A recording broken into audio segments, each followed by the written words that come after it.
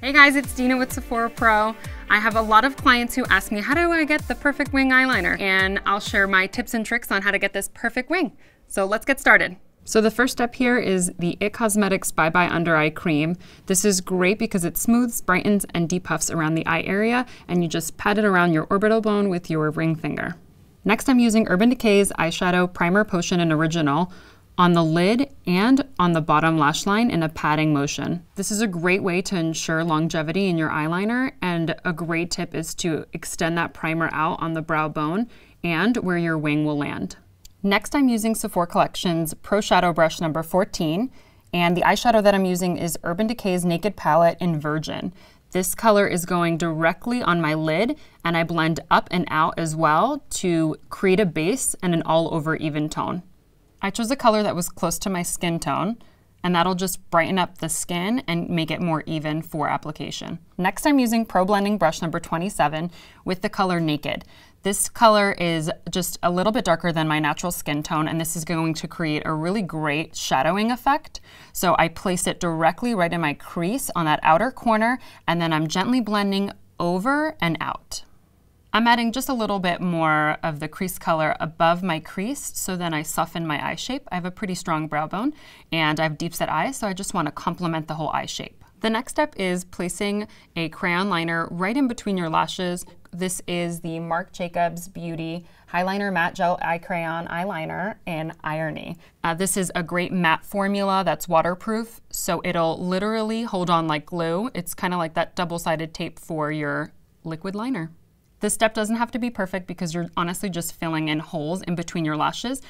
This can sometimes show if you're just using liquid liner alone, so this will ensure not only that your eyeliner will last, but that it'll also look very dark and black, and it'll complete the whole entire look. You want to match your pencil liner with your liquid liner, so if you wanted to change out this winged liner for, let's say, a green or a blue, you would just want to make sure that that pencil also is the same shade. Now I'm using Kat Von D's Tattoo Liner in Trooper. This is actually one of my favorite liners. When I do my wing liner, I like to start right in the middle.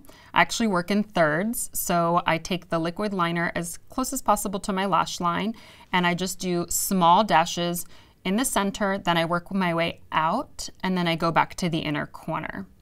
I start with a thin line, and then as I go, I can build it up to create as much thickness as I'd like.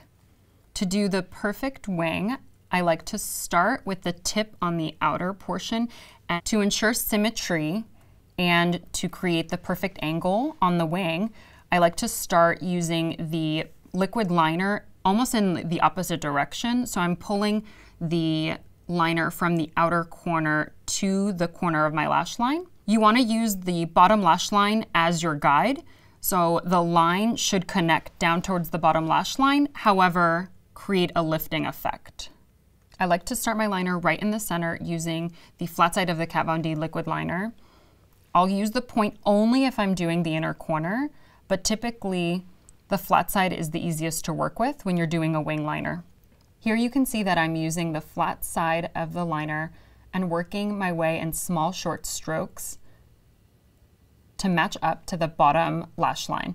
So the angle of your wing is going to match up to the bottom lash line, and then you can fill in an almost triangle shape and then reconnect that classic line into a wing liner. It's okay if you mess up a little bit here because you're going to add more anyway. My tip to you would be to start off with a small wing and then add length as you go. To ensure symmetry, following your natural shape is going to be crucial. So going off of the bottom lash line and working your wing up towards the brow bone is typically the angle that you want to follow, so then both sides look exactly even. Don't be so tough on yourself and stop before it gets too thick. So sometimes I'll keep going on and on with the liner, trying to make both sides perfect, but sometimes if you just take a sec to yourself, you actually realize that they look pretty even. This is the Marc Jacobs Velvet Noir Major Volume Mascara in Noir. This is one of my favorites now because I can easily build a lot of volume, and the brush is great for separating the lashes. Mascara is a really great way to fuse the liner look together and finish off the entire look. You may or may not want to choose putting mascara on the bottom. I personally am a huge fan of it.